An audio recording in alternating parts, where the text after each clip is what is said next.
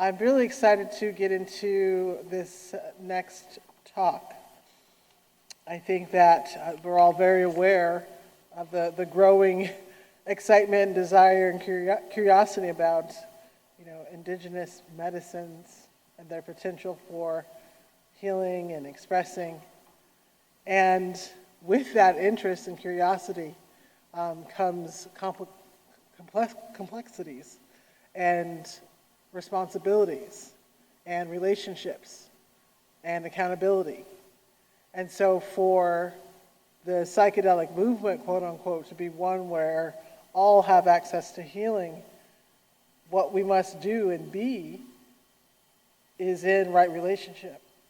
We must make sure that there is no harm done, as little harm done as possible in the process. And that is harm to ourselves, to each other, to the land, and to the keepers and custodians of these ways. And so it is important for us to understand and be in right relationship with those traditions that may be different from ours, or that we may be ignorant of. And so keeping to that, I am going to be honoring a tradition that is customary to our speaker who is coming up, in that when they come to be in your presence and to share their truth and wisdom, that they are also honored and welcomed by someone who holds them as a contemporary. So it's important for in their tradition and custom to be introduced and welcomed by someone who is revered in their community and holds that elder status.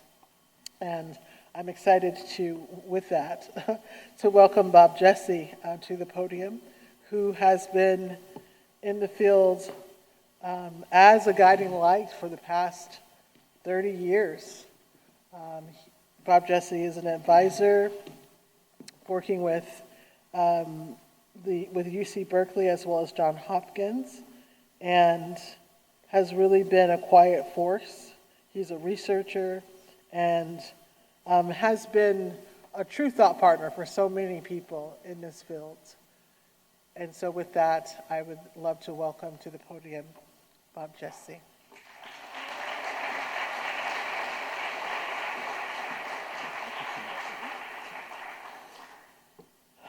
Hi, everyone. It's a wonderful honor to be here. Thank you for being here. Thank you for listening attentively and contributing as everyone has. It's a very special honor for me to introduce our next guest. And let me read a bit about her. Mona Polacca has a master's degree in social work. She is a citizen of the Colorado River Indian Tribes of Parker, Arizona. Her tribal lineage is of the Havasupai, thank you, Hopi, and Tewa tribes. Grandmother Mona is a leader in many indigenous groups and organizations. She is a social leader, a spiritual leader, and an activist, working to protect nature and water, peace, and the consciousness of oneness. The consciousness of oneness. She is a water woman and serves as treasurer of the Native American Church of Southern Arizona. She is a founding member of the International Council of 13 Indigenous Grandmothers, whose mission is to preserve and protect indigenous earth-based medicine. She is the president of the Turtle Island Project, founded by Western practitioners and Native American healers who share a vision of health that blends the science of psychoneuroimmunology with indigenous wisdom and practices. Mona currently works with the Indigenous Environmental Network, Indigenous Water Ethics Initiative. She serves on the advisory board of Notre Dame University Law School, Religious Liberties Initiative, the Indigenous Medicine Conservation Initiative, and is an elder advisor to Indigenous Alliance Without Borders. It is my understanding that it is not an easy decision for a revered elder in an Indigenous community to come and speak with, to be in front of a group such as ours. So I want to thank Mona for being willing to do that. You can bet that that was a very considered decision on her part, because I'm guessing there are things that she would like us to know and absorb, and there may be things that she would ask of us. So it's really a great honor, and I thank you so much for being here. And I'm going to go back down in front and listen very attentively and with gratitude.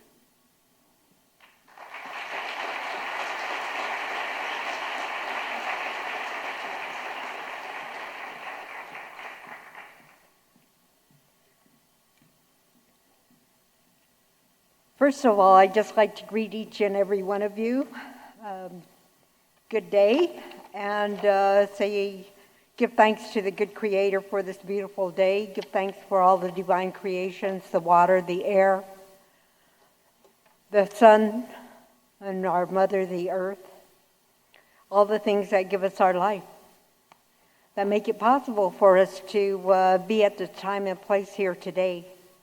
And I'm also wanting to acknowledge the ancestors and the people whose home place we stand on. We're here today, and as well as all of the ones who have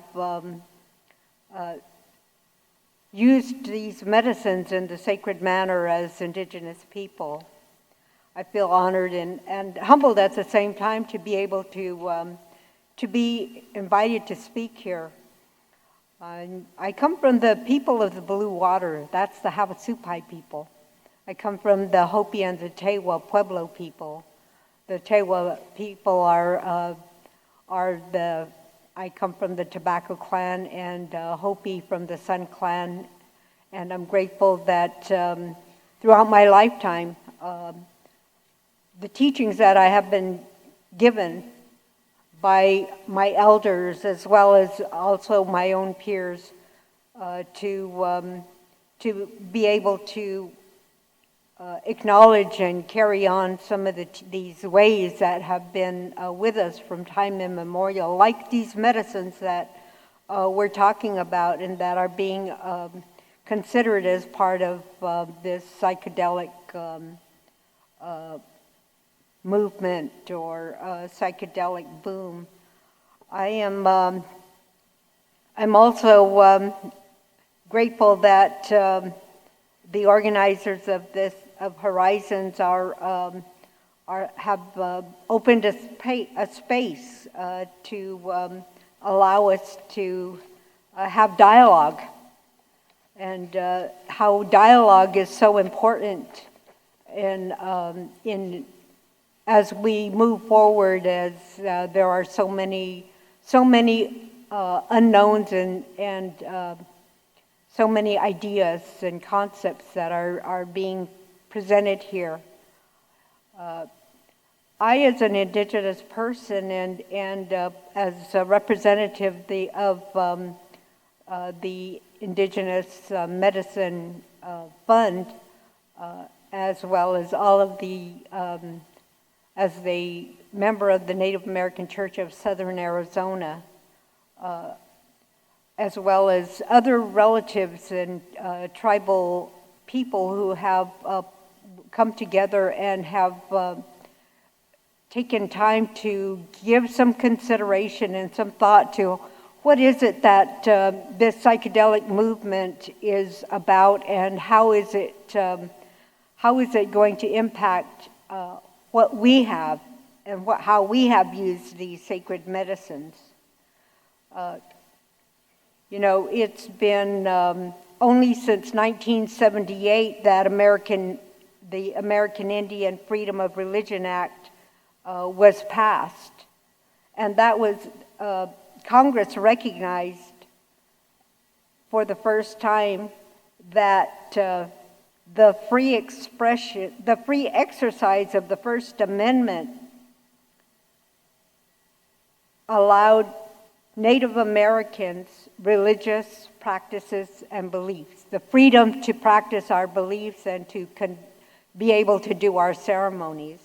And so I come from that kind of lineage, and I speak from that experience because when I was growing up, I was told by my mother that what we had to do, because it was against the law to practice our religions or even to use some of our sacred medicines, was she said we had to go underground.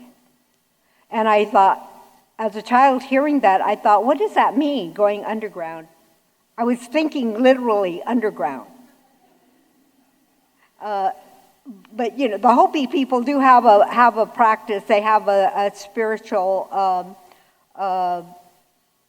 place called the Kiva, which is underground. So I wasn't that far off. But what she said was, it was everything that we did was sort of done in secret, and how we were. It was against the law to even for us to speak our languages. And I asked her, because she spoke her language, the Havasupai language, and my grandma, a Hopi grandma, spoke her language, and my dad spoke Hopi and Tewa. And I asked, how is it that we were able to still do that? How is it you were able to retain your language when you were in a boarding school, and if you spoke, you were punished severely, beaten, or denied maybe milk or food because you spoke your language? How is it that you were able to retain that? And she said, what we would do is we would go away from the dormitory or the classroom settings. We would sit out in the schoolyard, maybe under a tree, and we would sit there and we would talk to each other, and we'd put our hand over our mouth, and we would speak our language to each other. And in that way, we were able to retain our language and still speak it. And so these are some of the things that I think are important to mention, because as you make your considerations and develop the laws, your clinical protocols, your standards of care, it's important to consider the origins of these plant medicine. And we don't attach a date to when we began using these medicines. We say from time immemorial. And so from time immemorial, our people have used these medicines. When I was growing up, and I would go with my mother down into the canyon, the Grand Canyon, where the Havasupai live. And we would walk around, and she would point to me. She would show me, that's a medicine. We use that. That's our medicine. And then she also would point to me maybe a plant, and she would say, that one you don't touch. Only certain people can use that medicine. And she said, there are certain times, there's these plants, they have a home. They have a place where they originate from, where they live. And they're just like us as people. They have a connection through their roots into the earth. And there's something in that soil where it grows, where it was put. There's something in its relationship with the soil. There's something in the relationship with the water and how the rains come and how often they come. There's something in the way maybe the air touches it. Maybe the way the winds blow on it. There's something in the way that the sun touches it. Maybe they're not in direct light. Maybe they are in direct light. There's something in that relationship of the home of this medicine. There's also, in our relationship with these medicines, an understanding of a time when we go to that medicine. And when we go to that medicine, in our ceremonies, in our ways, there is always this appreciation or a prayer of gratitude. There's a prayer that's said with this medicine. There may be a song that's sung with this medicine. There's a certain way that the medicine is harvested. There's a certain way that we know when that medicine is mature and ready to be used. There's a certain way that we prepare that medicine. And those are some of the things and the considerations that Indigenous people are saying. You know, we have certain knowledge about these plant medicines that have been part of our practice, our use, our ceremonial use of them from time immemorial. There is also a time and a place where we use them. For peyote, which is the medicine that I use, for peyote, we use it in ceremony. And there's a certain procedure, a certain way that these ceremonies are conducted, a certain order. And I guess in some ways you might say that if somebody were to really look at what we were doing and how we do these medicines, use these medicines in our ways, you probably could maybe fit it into your clinical model. And so I'm here today because we are faced with a challenge. We're faced with the challenge that that concept that things have to happen or something bad has to happen. So before you can understand, you know, what is considered to be, you know, appreciation versus appropriation. And the Indigenous message and voice that is coming forward is to do no harm. And when we talk about do no harm, when clinicians, from what I'm hearing, when you're talking about doing no harm, you're talking about an individual, your client, your patient, and how you have certain ethical standards you have to follow so that that person, there is no harm done to that person. On the other hand, there's a broader definition of do no harm.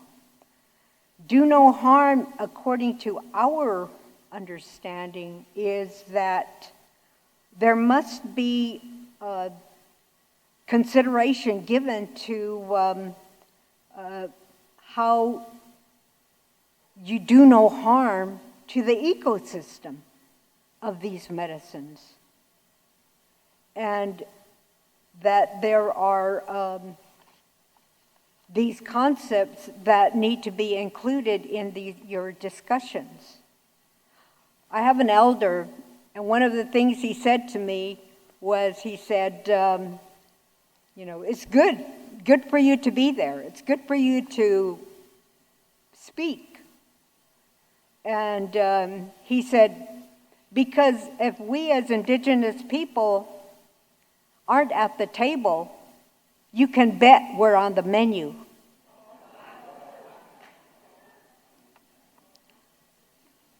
So I also speak from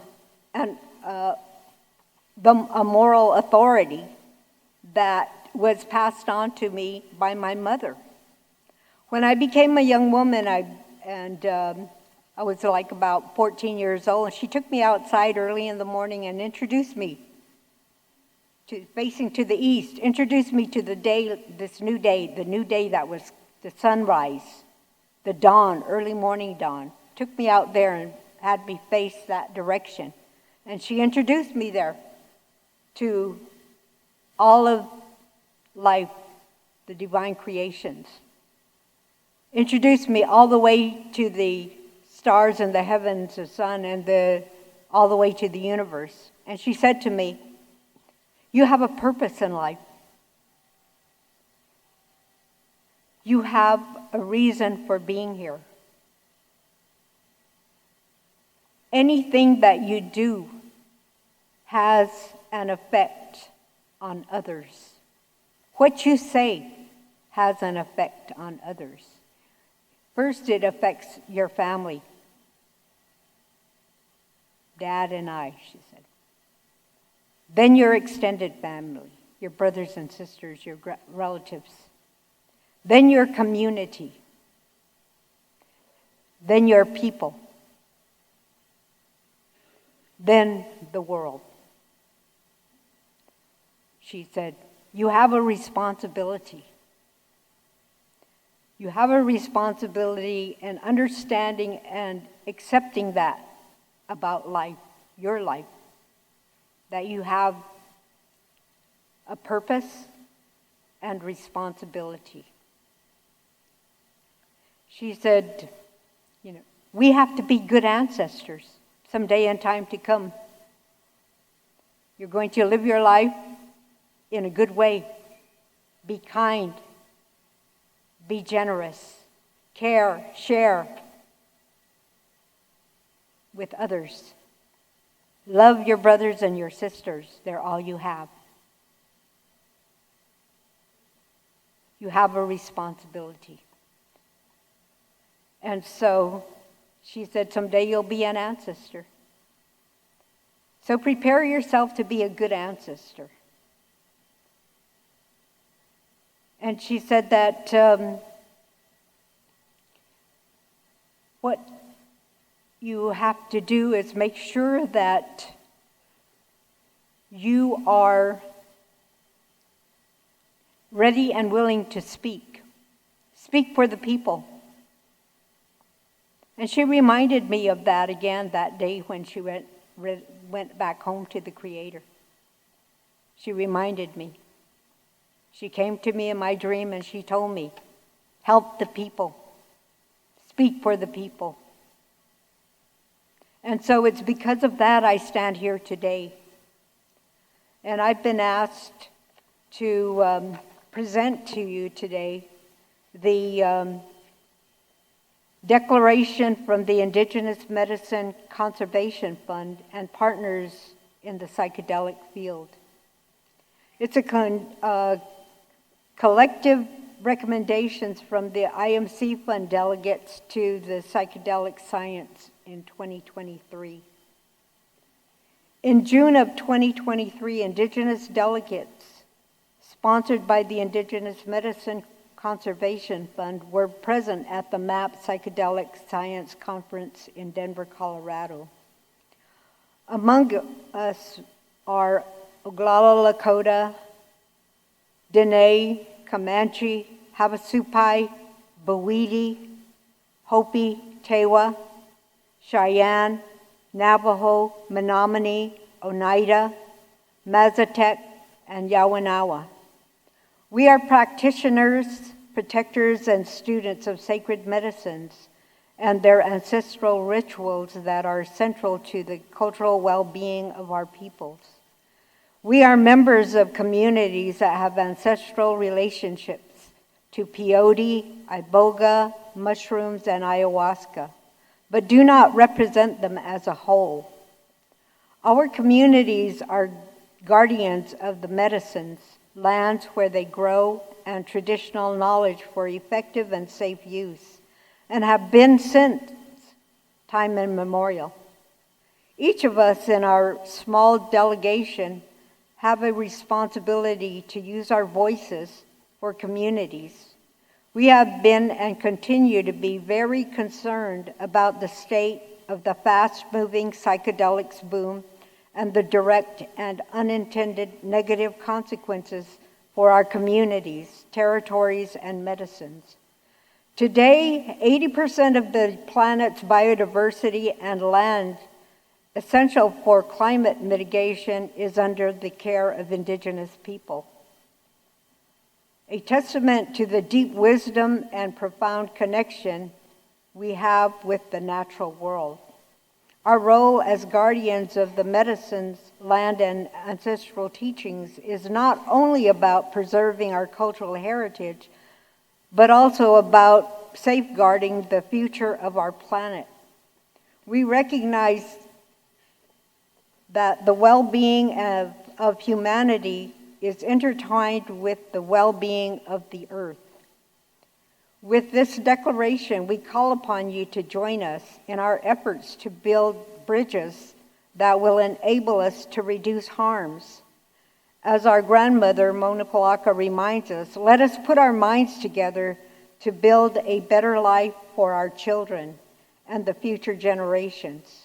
Her words are the foundation for why we are here today. We understand that the new field's intended goals are to address mental, spiritual, and physical health crisis for humanity. Today, our communities are fragmented not only by the exploitation of our knowledge systems and spirituality, but the endless consequences of extractive colonialism.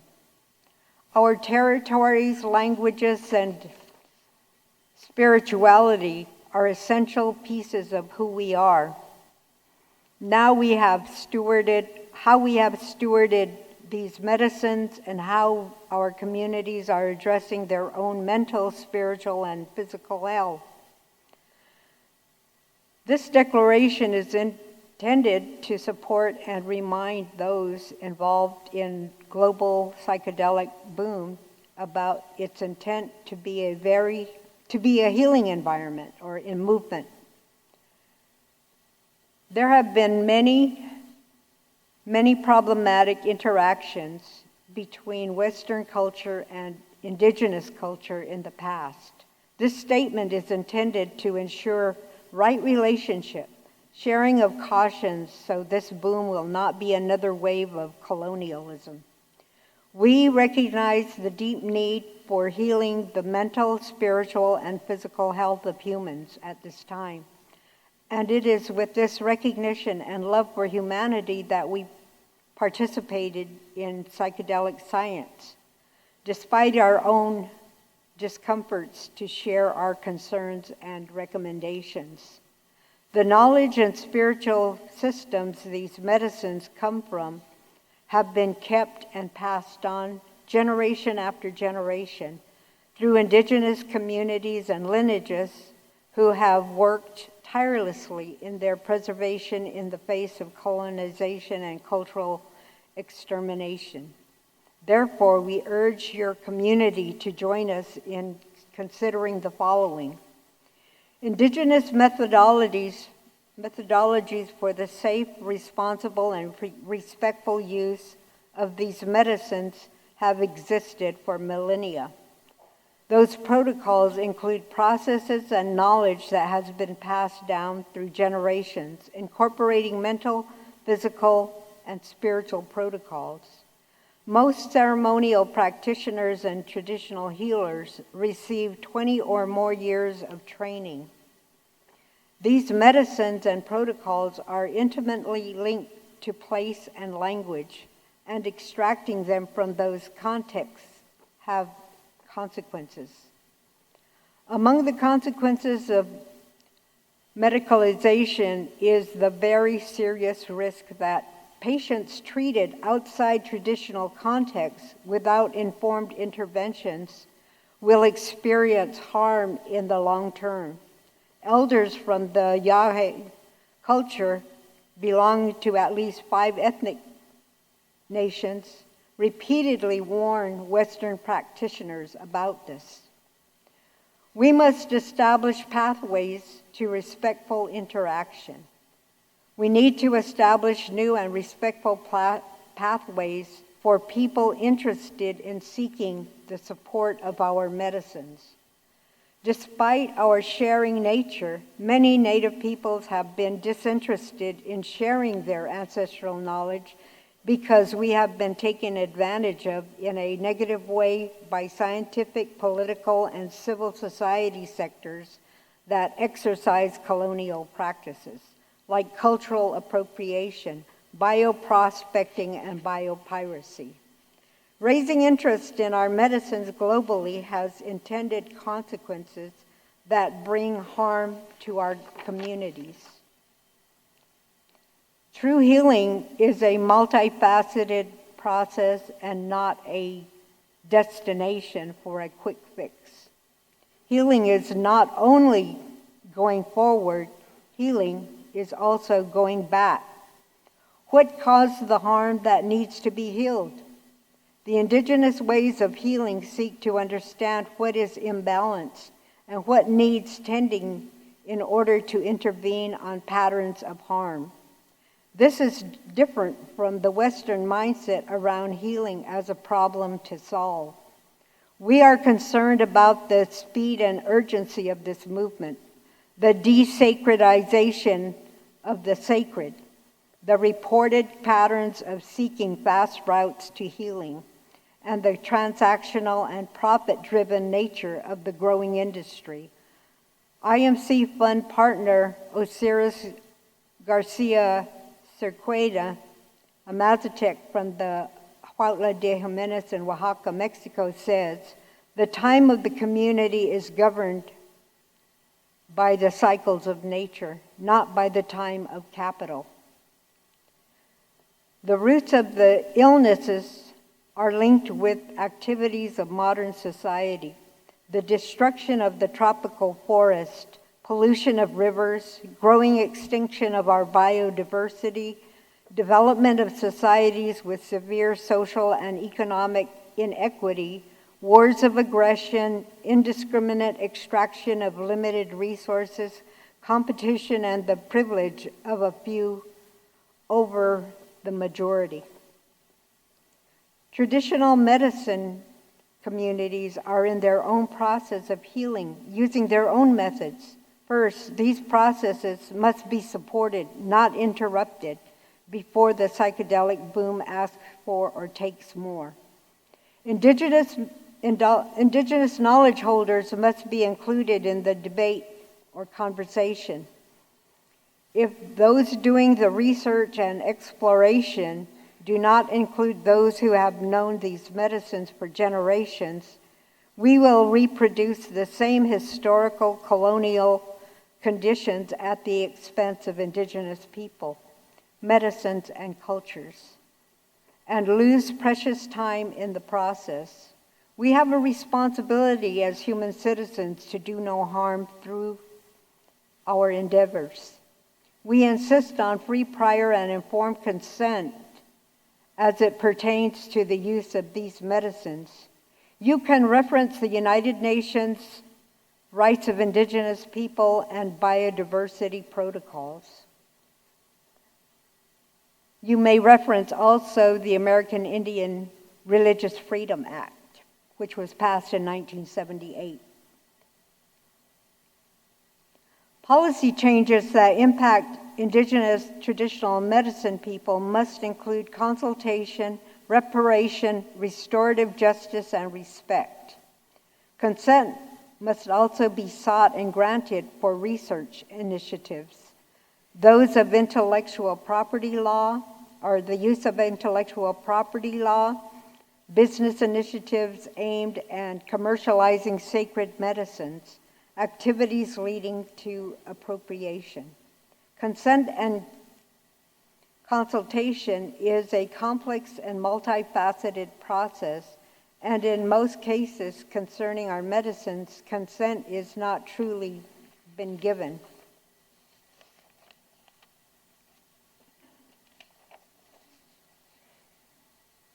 The ways in which medicines are harvested have impacts. and ecological and ethical practices must be used. Conservation, reparation, restorative justice, and acknowledgement must also be built in. Are harvests impacting local and traditional people's access to those medicines? Who is benefiting from the transaction? Are harvests regenerative? Appropriation is a real concern, and there are ways to appreciate our medicines and cultures without appropriating.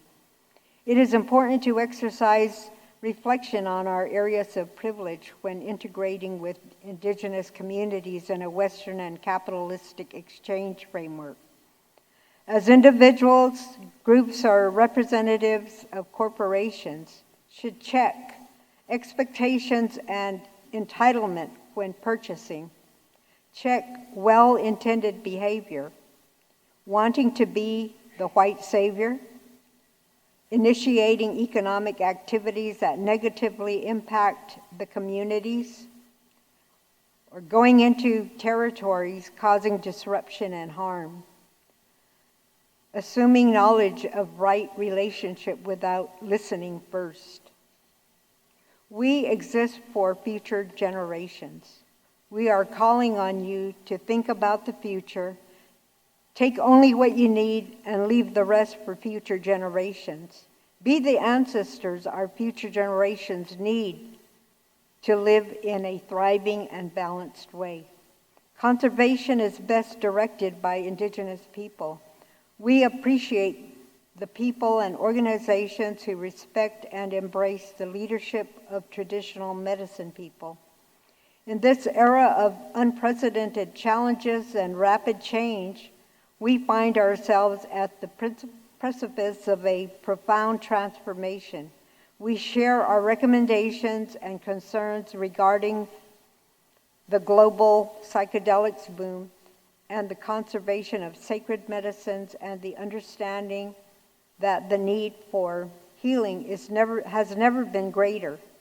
In a world plagued by division and ecological crisis, let us facilitate a different kind of encounter, one rooted in unity, love, and reconciliation. As the chief of the Yawanawa observed, this is a new time, a time for forging true alliances and embracing the sacred. Yet it is also a time to struggle for the preservation of life, a journey fraught with challenges and one that must be embarked upon together.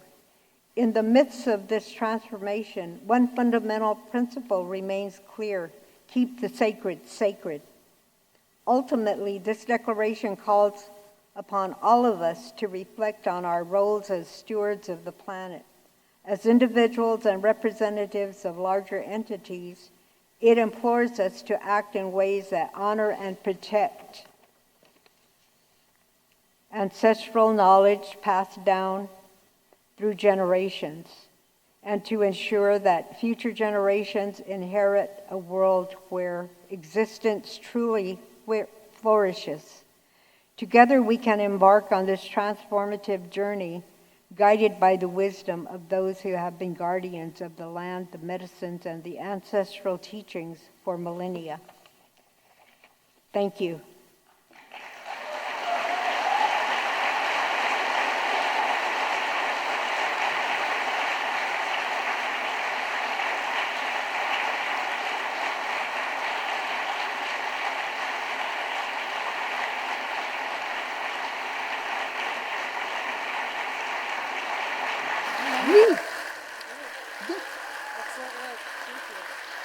Thank you.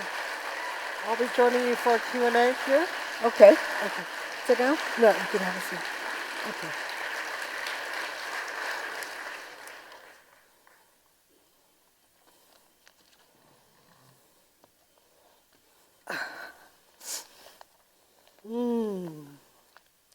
Thank you, Grandmother Mona.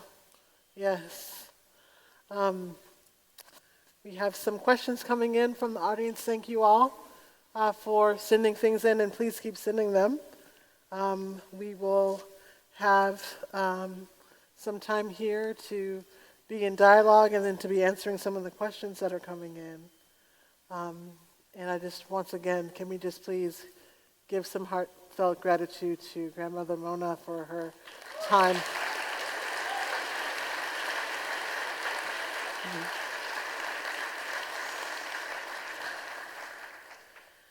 So the other night on Friday, we had some time together at the big party, and I was very honored that you were able to come and be with us and speak there. And I remember when we were in the green room, there was that painting. Remember the painting we saw? And it was like these two branches, and they were crossing like this. It was very beautiful. And we were talking about balance. And a question that I had that's been kind of lingering with me is, in this world that we're in now, particularly for the younger generations that are coming up, what advice do you have when it comes to finding balance in the modern and contemporary world with remembering the lessons that have come from ancestors, that have come from tradition?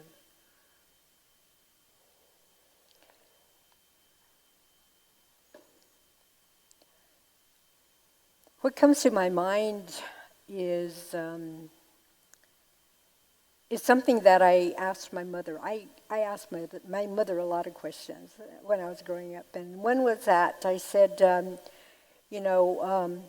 how is it that we as Indigenous people were able to live here and travel around our lands? How is it that we were able to do that without maps, without signs? Did we get lost? And she said, sure. There were times when people would get lost, but what we would do is we would sit down. Stop where you are, where you're at. Stop. Sit down. And we would build a fire and sit down with it. And we would meditate. Become grounded. Be one with everything. Meditate. Sit there. Look into that fire. And admit that you have lost your sense of direction. Admit that I don't know which way to go. I don't know where I am. I don't know what to do. You look into that. You admit that. You say, you humble yourself is what we're told. And you release that about where you're at this moment. As you're looking into that fire and you're communicating with all of these, she says, the divine creations. There's the water. You might have some water. You might have this fire there. You might have look around you and see where you are. What's your landscape? And she said, as you're sitting there and looking into that, eventually, what's going to happen is you're going to see something. You might see in the fire or in the coals, you might see a formation of maybe a rock formation, maybe a mountain, maybe a certain kind of a tree, some trees. You might see something like that. And what it's showing you is which way to go, what to look for, how to find your sense of direction. And then she said, but everyone loses their sense of direction. Not just geographically, but mentally, emotionally, and spiritually. We get that way. We get lost. We lose our sense of direction. And she said, that's how we use these medicines. That's how we use, the fire. We use the water. We use these things. We call them the divine creations. We relate to it that way, and we relate to it in a way that where we admit our humility, that we are humble human beings. We are not dominant. We didn't invent this. But we acknowledge that we as human beings, we have our frailties, physically, mentally, spiritually, and emotionally. And so that's something that, I try to impart to young people. But then on the other side, I have grandchildren. I have great-grandchildren. My grandsons, they remind me. They're my teachers too. And my grandson, one time we were driving down the road and I was taking him to go on a river run on the Colorado River. We're driving and I'm playing some music, flute music by a friend of mine. And all of a sudden my grandson says to me, "Grandma, I didn't know that us natives call the earth our mother." And I said, "Yeah, we do." And he goes, "Why didn't you tell me?" And I said,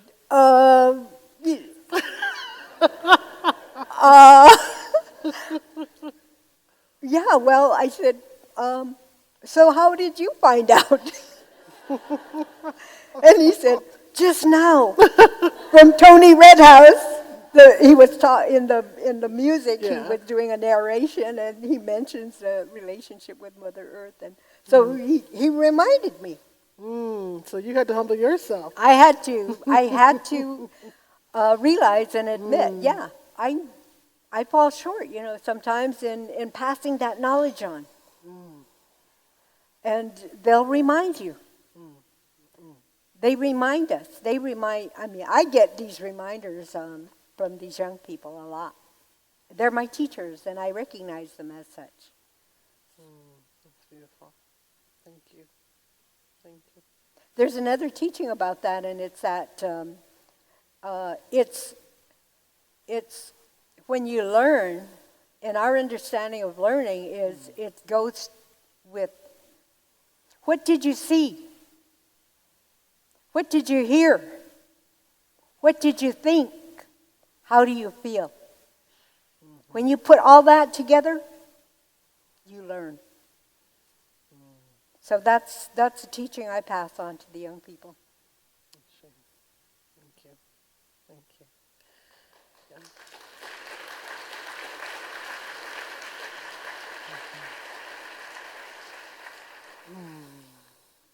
I'm going to go there. I want to ask, there's a lot of questions coming in from our white-bodied friends here.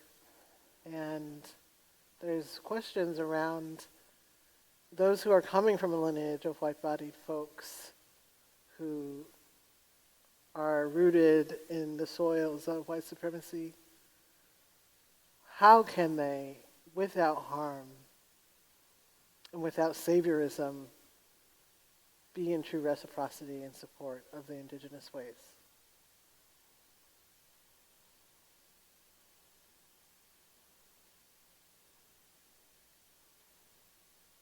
Okay, so one of the things that I was taught was that it's important to acknowledge and give credit to the origins. Where did you first have contact with this medicine? How did you decide that this is some medicine I need to share with others? This is some medicine that I can open a clinic and I can just treat people. Where did that come from? Who introduced it to you? Who taught you about it? Or do you have teachings about it?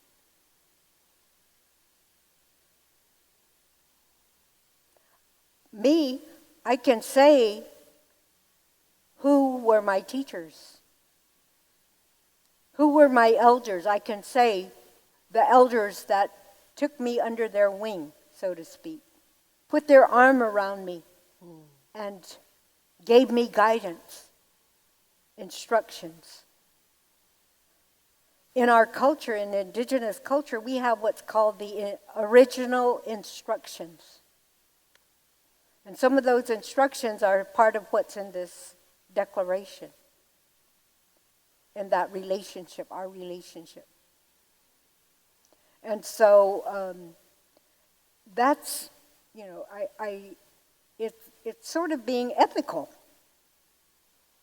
Be ethical about, what you're doing. Acknowledge and give gratitude, give recognition to where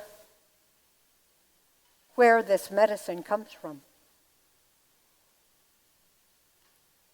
It has a root, it has a long line of tradition.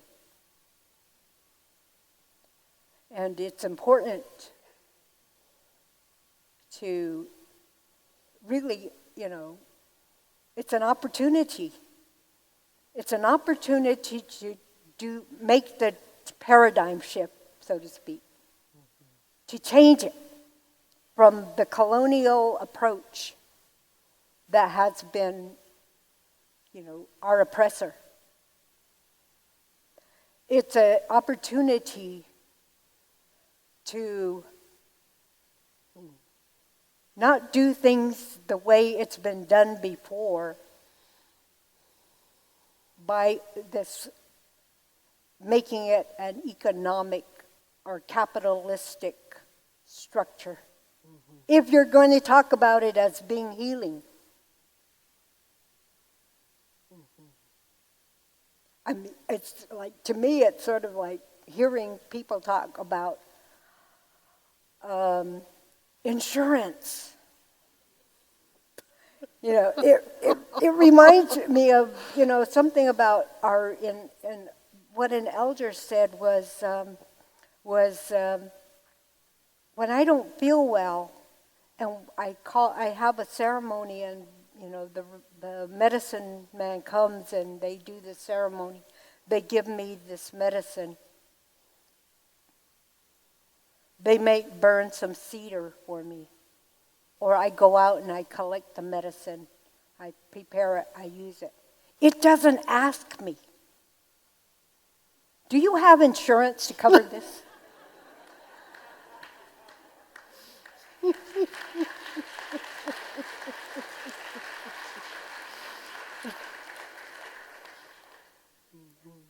I don't know if that answered your question. I think it did. I think it most certainly did. I love this question that came in, and it's about the word sacred. And I feel like there are a lot of words that get really co-opted and used in all types of ways. I'd love to hear your thoughts on your way and what that word means and helps you remember and embody in this world. Wow. Yeah. We, as Indigenous people, use that word. And for us, it's this deeply rooted connection and understanding that we have about our existence to have life. And we start with the first, we start with what we call the divine creations or the foundations of life, which is water, because we lived inside water in our mother's womb. That's a sacred foundation. We all did. So sacredness with the water isn't just mine. Every one of us lived inside water in our mother's womb. And so we're here today because of that. The first thing we met when we came into the world was this air we breathe. You came in, you took a breath of air. When you let it out, you let out a sound, a vibration that was sent out all the way up to the universe, announcing your presence in this world. That's sacred. The next thing, at some point in time, that you met the sun, it looked at you, presented itself to you. Or we say we're presented to the sun.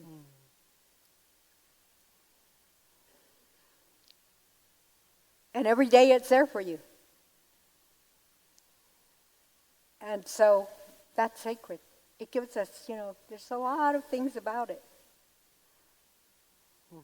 that give us life. And then there was a point in time when we first made contact with Mother Earth. We just lay there, eventually rolled over on our stomach, got up on our hands and knees, start crawling, sat on her. Then there came a time when, for the first time, our feet touched her. You ever notice a baby? When you put their feet on the earth, what do? They dance. The next thing, you put them on the earth, put their feet on the earth, and let them, and they stand for the first time. In balance with Mother Earth, experiencing that sacred connection with the earth. And knowing that whenever they put their feet on her, she's going to hold them. And they're going to walk their path of life. And that's what we've done, all of us. That's sacred.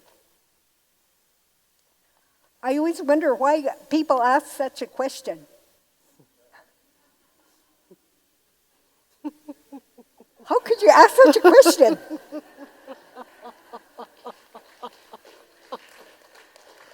Yeah. Life is sacred. Life is sacred. And our Hopi, in our Hopi teachings, they did say there would come a time when the people would be disconnected. Their mind would be disconnected from their body. They wouldn't even recognize that what they're doing, destroying the water, destroying Mother Earth, destroying the air, trying to block out the sun, geoengineering. There would come a time when it would be that way. And that we have to be the gentle reminders. That's what this is. Indigenous voice, Indigenous declarations are that gentle reminder.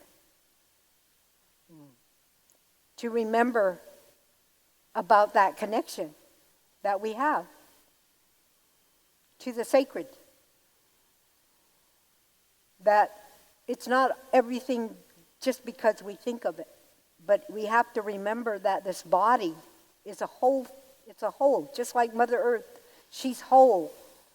She's a body. Those medicines that are connected to the earth, they're a body. They're a living form. And so that's sacred. Once it's all gone, like even the water, over extraction or contamination of it. These plant medicines, they depend on that too.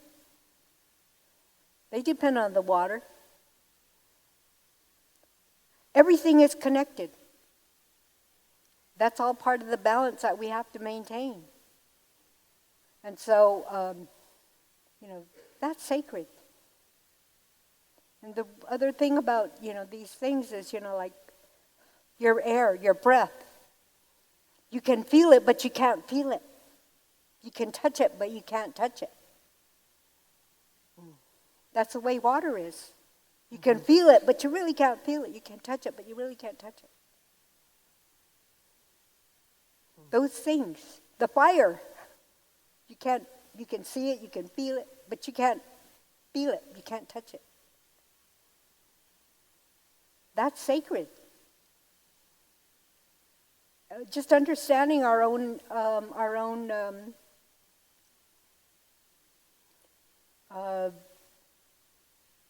vulnerability as human beings and how our existence is dependent on all these other things that are not man-made. So. Thank you.